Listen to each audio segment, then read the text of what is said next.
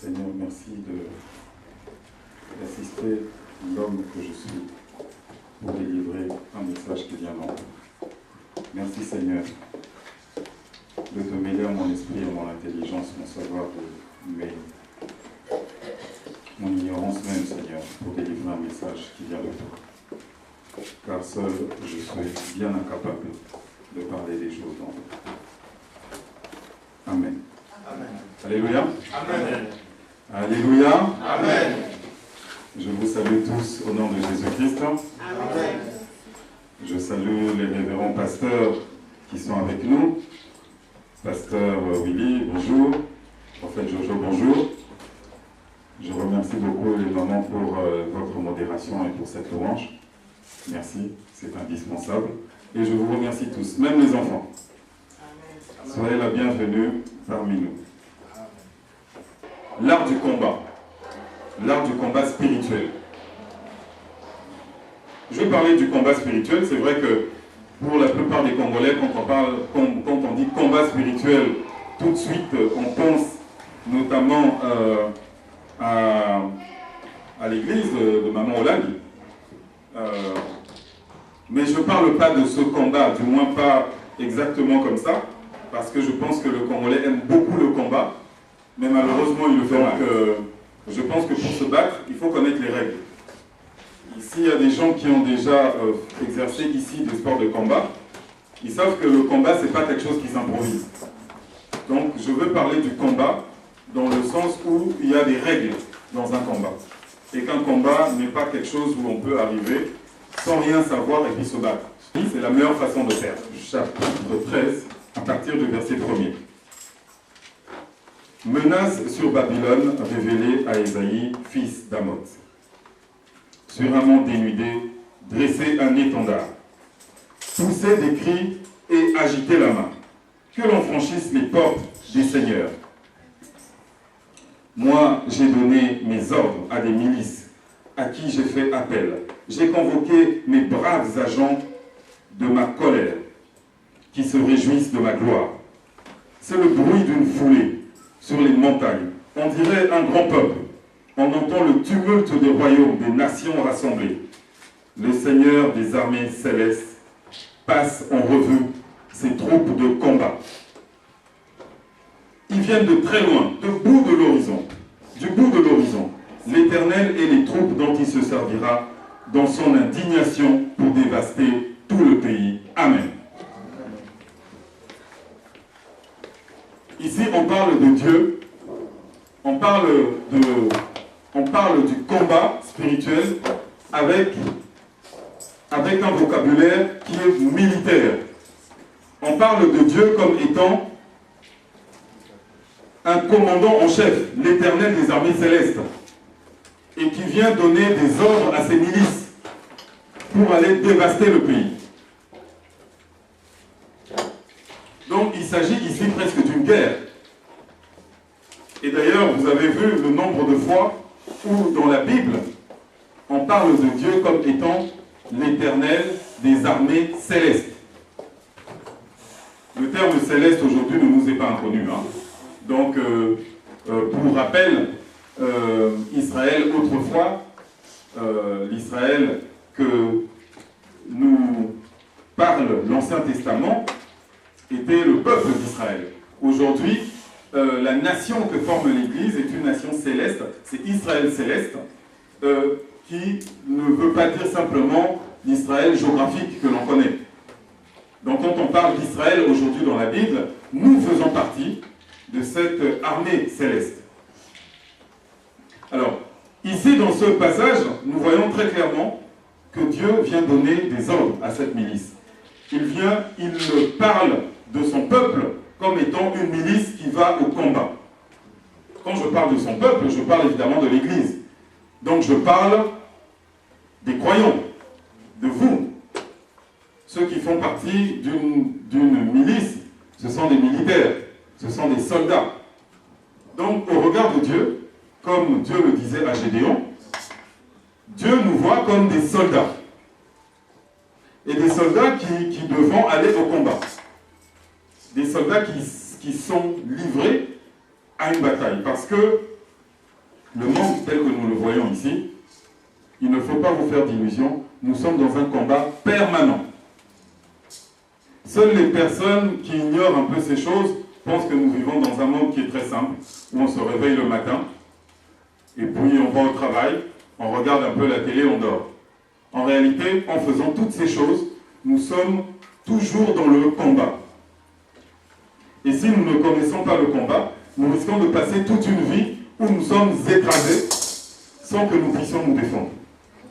Quand j'étais à l'internat, au Bas-Zaïr, où j'ai rencontré d'ailleurs, où j'ai connu le pasteur Willy, au début, quand je suis arrivé, j'avais peur de tout le monde. J'avais peur de tout le monde parce que, comme je ne connaissais pas le milieu, j'avais l'impression que tout le monde était plus fort. Alors pour me défendre, j'ai utilisé une technique qu'on appelle l'intimidation. Et je voulais vous parler d'intimidation parce que souvent les chrétiens parlent du combat, ils parlent du combat spirituel, mais ils oublient l'intimidation. Alors que dans le monde, il n'y a pas de combat sans intimidation. Dans ce monde où nous vivons, même les armées avant qu'elles se battent, il y a une intimidation. Même les sportifs. Vous voyez quand des équipes comme le All Blacks de Nouvelle-Zélande, les rugbyman, quand ils arrivent sur le terrain et qu'ils font leur AK en criant comme ça, c'est une intimidation. Et en fait, quand quelqu'un ne sait pas résister à une intimidation, il a déjà perdu le combat. Si tu ne résistes pas à l'intimidation, c'est même pas la peine d'aller au combat. Tu as déjà perdu. Donc la plupart des combats auxquels nous sommes livrés, la première étape c'est l'intimidation. Et si nous ne savons pas reconnaître l'intimidation, si nous ne savons pas, identifier notre ennemi ou notre adversaire, si nous ne savons pas résister à l'intimidation, nous arrivons au combat perdant. La première des choses pour se battre, c'est d'abord savoir à qui on a affaire. Si on ne sait pas à qui on a affaire, on risque de se battre bêtement avec quelqu'un qui est en fait son allié.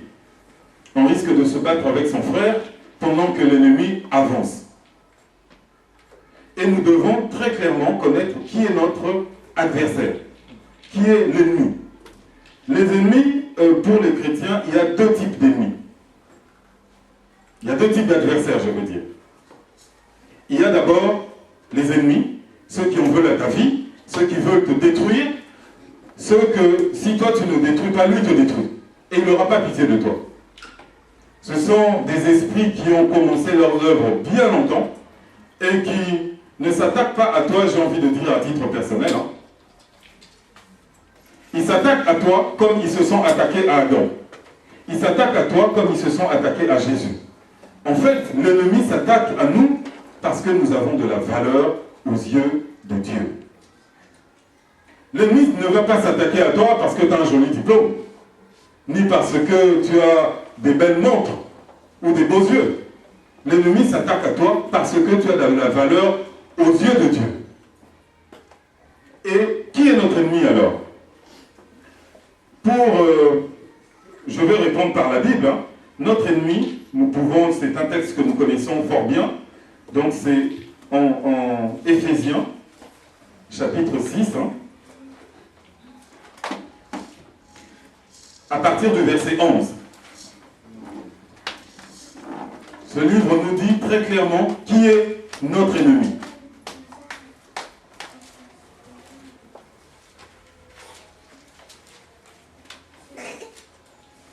Éphésiens chapitre 6, à partir du verset 11. Je lis la parole du Seigneur. Revêtez-vous de l'armure de Dieu, afin de pouvoir tenir ferme contre toutes les ruses du diable. Les ruses dont on parle ici, c'est notamment les intimidations. Car nous n'avons pas à lutter contre des êtres de chair et de sang, mais contre les puissances, contre les autorités, contre les pouvoirs de ce monde des ténèbres et contre les esprits du mal dans le monde céleste. Voilà qui sont nos ennemis. Et c'est important pour nous de rappeler ça parce que, aujourd'hui, dans le combat que mène l'Église, une grande part des gens qui disent se battre se sont trompés d'ennemis. Une grande part des gens qui disent se battre se sont trompés d'adversaires. Nous nous battons contre ça. Nous nous battons contre... Le combat n'est pas un combat contre des êtres de chair ni de sang. Nous nous battons contre des autorités. Nous nous battons contre des pouvoirs du monde, des ténèbres. Donc ça n'est pas des petits combats que nous devons livrer. Nous nous battons contre des esprits du mal, du monde céleste. Nous nous battons contre cela. Donc, dans ce combat-là, si toi tu penses que ton frère est ton ennemi, tu te trompes. Tu es comme un soldat à qui on remet une Kalachnikov parce qu'il se trouve dans un bataillon. On lui dit l'attaque aura lieu à minuit. Et le lendemain matin, il va voir son commandant en chef et il dit « Mon commandant, je les ai tous exterminés. » Ah bon? Il dit « Oui, oui. » On dit « Mais on t'a pas vu au combat ?» Il dit « Mais si. » Et il montre le dortoir où dormaient ses frères et sœurs. Où dormaient ses compagnons de combat. Il va les tuer. Et c'est ça que certains chrétiens font. Tu prends tes armes et la première des choses, tu te mets à attaquer les gens avec qui tu pries. Tu te mets à attaquer même ta propre famille. Tu te mets à attaquer tes oncles et tes tantes qui sont au village. Mais ce n'est pas eux l'ennemi. Et il y a d'autres religions où là aussi ils se trompent d'ennemis. Il y a d'autres religions où ils se livrent dans cette bataille qu'on va appeler la guerre sainte, parce que ce que nous parle ici la Bible, c'est une guerre. Elle est sainte parce c'est une guerre d'esprit, est une guerre qui se livre dans la parole, comme le pasteur Oudini l'a expliqué avec Jésus-Christ. Mais nous voyons aujourd'hui des groupes dits islamistes qui se livrent face à une guerre, des gens qui sont des croyants, mais qui n'ont pas la même croyance qu'eux. Encore des gens qui se trompent de combat. Et quand on se trompe d'adversaire, il n'y a aucun moyen de gagner sa lutte. Donc ça, ce sont les ennemis. Je vous ai dit qu'il y avait deux types d'adversaires. Donc ça, ce sont les ennemis avec lesquels on se bat. Mais il y a aussi ce qu'on appelle des obstacles. Un obstacle, ça veut dire qu'à un moment, tu marches pour rentrer chez toi, et puis là, tu vois, il y a un mur. C'est un obstacle. Et cet obstacle t'empêche d'aller où tu dois aller. Nous le voyons très bien dans la Bible. Moïse qui prend le peuple d'Israël, qui veut le sortir de la captivité, et il tombe face à un obstacle qu'on appelle la mer. Et donc là aussi, nous devons lutter contre ces obstacles. Nous devons pouvoir franchir ces obstacles. Et la Bible nous dit comment le faire. Et nous allons voir pas à pas comment aborder ces ennemis et ces obstacles. Nous allons commencer par les ennemis parce que les ennemis, en fait, ils agissent à travers des êtres de chair et de sang, mais ce sont des gens qui agissent des fois, j'ai envie de dire, uniquement par l'ignorance. Et comme le dit la Bible, nous mourrons par ignorance. Et nous tuons aussi par ignorance. Il y a des ennemis il y a des gens qui délivrent des paroles mortelles à leurs propres enfants. Il y a des gens qui délivrent des paroles mortelles à leurs femmes, sans savoir que la parole est vivante. N'oublions pas que Dieu nous a créés à son image. Et si sa parole est vivante, la nôtre aussi est vivante. Ça veut dire qu'une parole, il y a beaucoup de gens aujourd'hui qui marchent et qui grandissent avec des paroles qui tous les jours les empoisonnent. Mais des paroles qui sont vivantes alors qu'ils ont entendu ces paroles quand ils avaient 4 ans, 5 ans. Mais tous les jours, ces paroles les empoisonnent. Et des fois, sans même qu'ils le sachent. Parce que le chrétien n'a pas tenu compte que la parole est quelque chose de très, très, très important. Un chrétien ne peut pas dire n'importe quoi. Si Jésus nous demande de bien retourner notre langue dans notre bouche, c'est parce que le chrétien ne peut pas dire n'importe quoi. Ce que tu as dans la langue, c'est plus puissant encore que les bombes à hydrogène ou je ne sais quoi. Un chrétien, quand il parle même à son enfant, il doit être conscient que l'enfant qui entend les paroles qui sortent de la bouche du Père, cet enfant, ces paroles ne peuvent pas s'effacer, c'est impossible. Les paroles ne s'effacent pas. Un jour, si l'enfant naît de nouveau, lui-même va pouvoir peut-être effacer les ordonnances. Mais s'il ne naît pas de nouveau, s'il ne sait pas qu'il faut effacer ses paroles, il va grandir avec ça. Il y a beaucoup de parents qui disent à leurs enfants, mon enfant, t'es bête. Ils ne pensent pas quand ils le disent. Ils ne pensent pas, d'ailleurs, ils mettent un point d'interrogation des fois. Mais t'es bête ou quoi? L'enfant, le cerveau n'enregistre pas les points d'interrogation. L'enfant entend tu es bête, point, terminé. Il entend ça une fois, deux fois, trois fois, et puis c'est terminé. Mais toi, t'es vraiment un maladroit, t'es une maladroite. Et si le parent ne vient pas corriger cette parole, l'enfant grandit avec ça. Il est maladroit, je suis maladroit, je suis maladroit. Et il devient maladroit.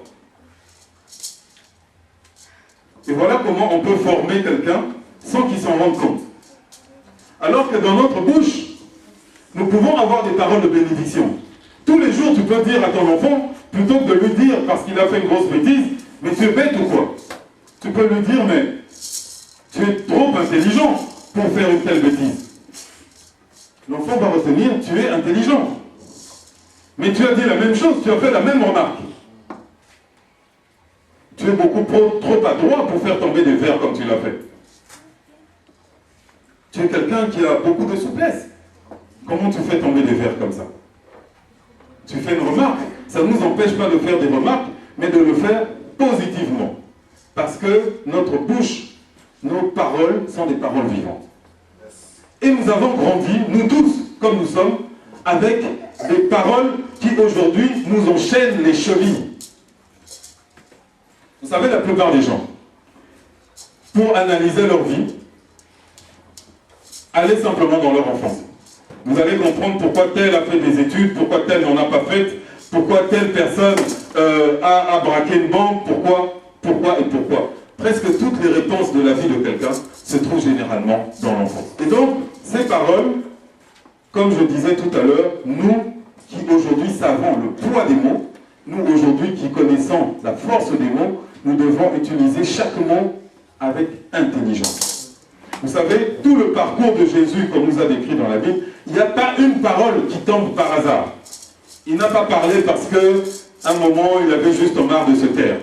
Toutes les paroles qu'il dit ont un sens. Et nous ne sommes pas obligés de parler, mes frères et sœurs, à ne pas parler pour rien. Alors, l'intimidation dont je vous parlais tout à l'heure, moi, ma technique personnelle, elle était simple. C'était en fait dans le but d'éviter de me battre. Donc, ce que je faisais, c'est que quand une personne en avait des problèmes à régler, j'attaquais le premier, avec assurance. Je lui disais, écoute, mon cher ami Zoyo, comme ça, juste après le culte, on va aller se mesurer un peu, d'accord? Tu viens avec quelqu'un ou tu préfères venir tout seul? Parce qu'on peut aller, hein, c'est juste une histoire de 5 minutes. En général, c'est suffisant pour moi pour te mettre KO et puis je reviens. Et alors ce que je faisais, c'est que tout le chemin, quand on allait, je racontais des prières, je disais des prières, mais des fausses prières, hein. Des choses que j'inventais avec des mots de latin, des mots que j'inventais comme ça. Et puis, chemin faisant, je disais ces choses, je m'arrêtais, je faisais le grand écart, je faisais des étirements, et souvent c'était suffisant. Et avant même d'arriver au terrain de volley où on se battait, la personne, je me retournais et puis elle n'était plus là. Elle avait fou. Et moi-même je faisais ouf. C'est vrai.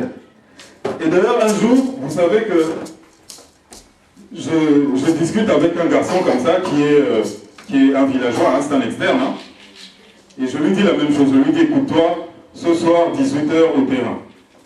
Et puis pareil, je fais, comme à mon habitude, je fais mes incantations mensongères là, et puis lui, il est derrière moi. On arrive sur le terrain, je me retourne, je dis quoi, il est toujours là celui-là. On arrive, mais il fait déjà nuit, hein, 18h au Congo, il fait nuit. Alors il est à 3 mètres de moi, je lui dis écoute, encore 2 minutes, juste le temps que les esprits arrivent.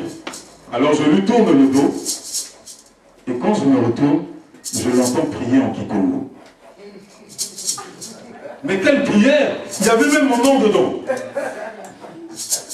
Moi je ne comprenais déjà pas le Kikongo. J'entends ce mot, un mot nous passe, Ikolo. Je dis aïe aïe aïe aïe aïe aïe. Là dès qu'il a dit mon nom, terminé. Donc je me suis retourné, j'ai piqué un 200 mètres d'ontologie. Mon intimidation cette fois-là, elle n'a pas marché. C'est le gars qui m'a intimidé. Et dans les combats que nous avons à vivre, l'intimidation est quelque chose de très important. Mais je vais vous donner des exemples précis d'intimidation. Comme ça, vous allez voir un peu à quoi ça ressemble. L'évangile de Marc, au chapitre 5, à partir du verset, Jésus regagna en barque l'autre rive du lac. Là, une foule immense s'assembla autour de lui sur le rivage. Survint alors l'un des responsables de la synagogue, nommé Jairus. En voyant Jésus, il se jeta à ses pieds et le supplia instamment. « Ma petite fille va mourir. Viens imposer les mains pour qu'elle guérisse et qu'elle vive. » Alors, Jésus partit avec lui, suivi d'une foule nombreuse qui le serrait de tous côtés. Dans la foule se trouvait une femme atteinte d'hémorragie. On va sauter et on va revenir au verset 35. Verset 35. Pendant qu'il parlait encore, quelques personnes arrivèrent de chez le chef de la synagogue pour lui dire « Ta fille est morte. »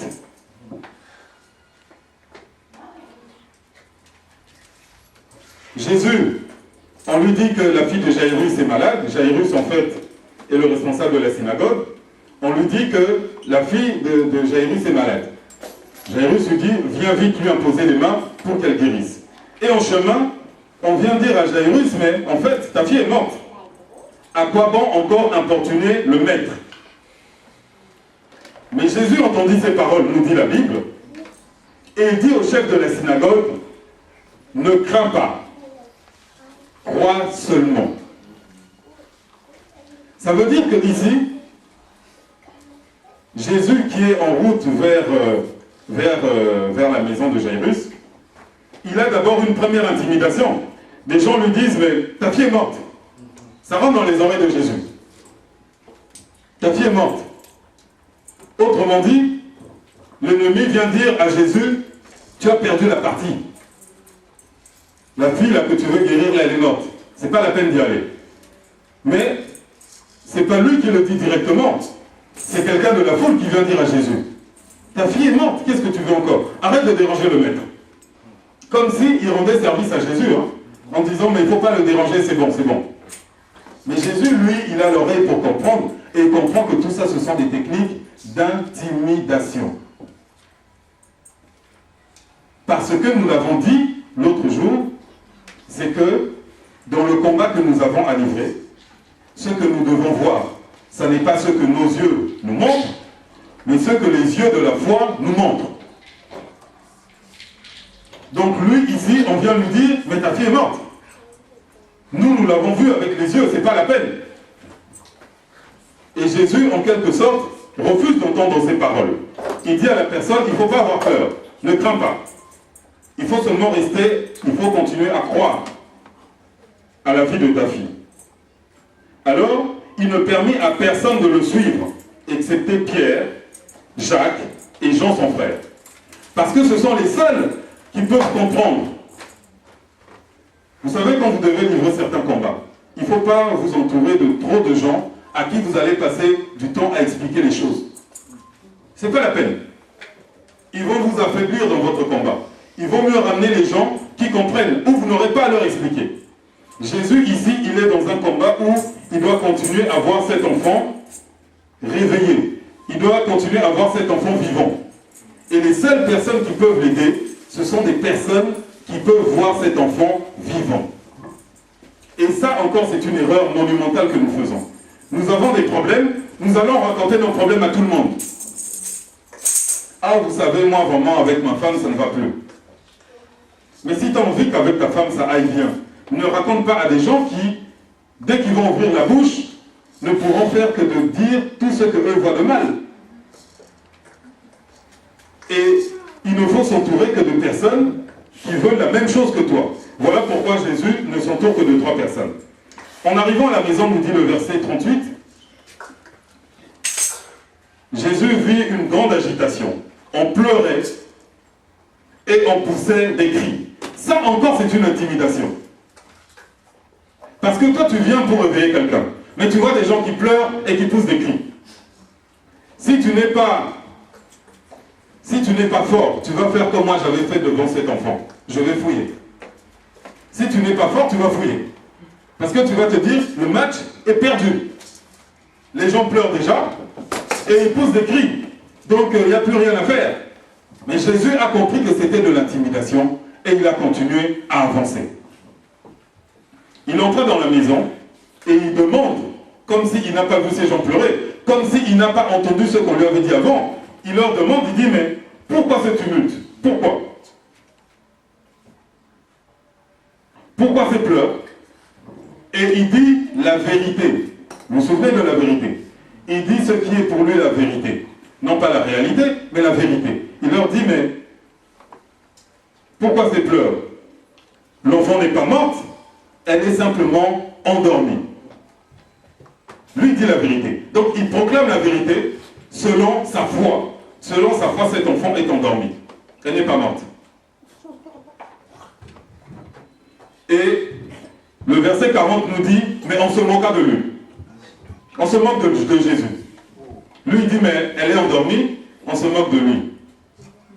Ce tomonier à Koufi, qu'est-ce qu'il nous raconter? On a vu cet enfant morte. On a touché, il n'y a plus de pouls, il n'y a plus rien.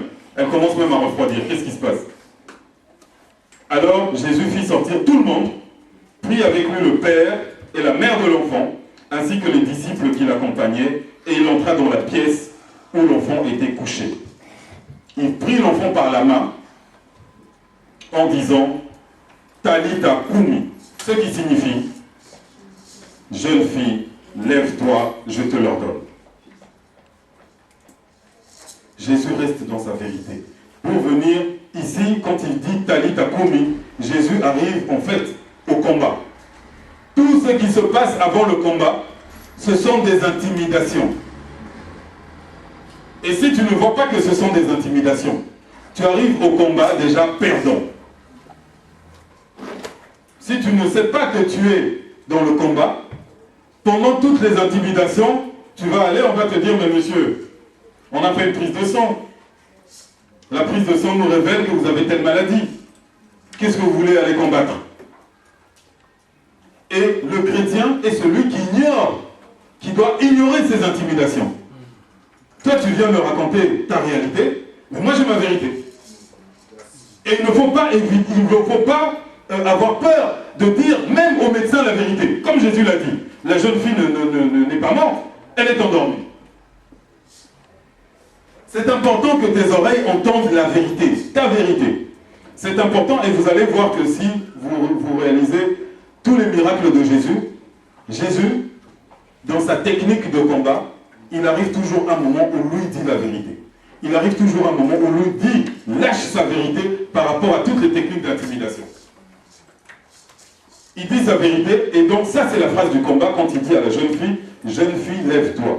Il arrive à le dire avec puissance et autorité parce qu'il n'a pas faibli devant l'intimidation. Il n'a pas entendu l'intimidation. Et aujourd'hui, le chrétien veut gagner des combats alors qu'il a déjà perdu face à l'intimidation. Tu vois quelqu'un qui va voir son frère à l'hôpital, mais ils sont dans l'intimidation. Ah, mais vraiment, Balobi, c'est un cancer, hein? Ah oui, mais tu sais, ce cancer, ça ne pardonne pas. Tu ne peux pas combattre quelqu'un si toi-même, avant de combattre, tu dis que la personne ne perd pas son combat. C'est impossible. Moi, je m'intéressais beaucoup autrefois à la boxe. Si vous regardez les boxeurs, leur technique, vous allez comprendre que c'est la même que le chrétien doit avoir. Ça veut dire que le boxeur fait tout son combat, la première partie de son combat dans l'intimidation. Toujours.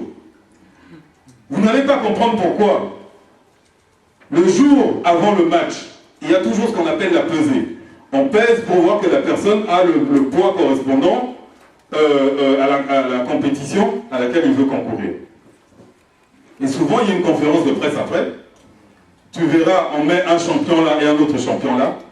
Et presque à tous les coups, ces gens vont s'insulter et se battre. Et tu te dis, mais pourquoi ils n'attendent pas demain? Ils seront sur le ring.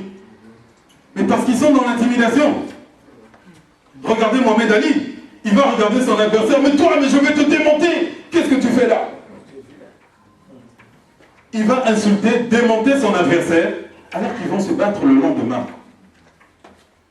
Ils sont en costume, mais il va l'intimider, l'intimider. Dit, mais je vais le tuer. Et même il y a des gens, des gens qui ramènent au Congo des cercueils. Tu viens pour te battre, tu ramènes déjà un cercueil pour ton adversaire. Tu dis, mais écoute, voilà, tu vas rentrer là-dedans, j'espère que tu sais. Hein. Mais c'est important l'intimidation. Et si tu ne connais pas l'intimidation, l'art de l'intimidation, alors tu rentres au combat perdant.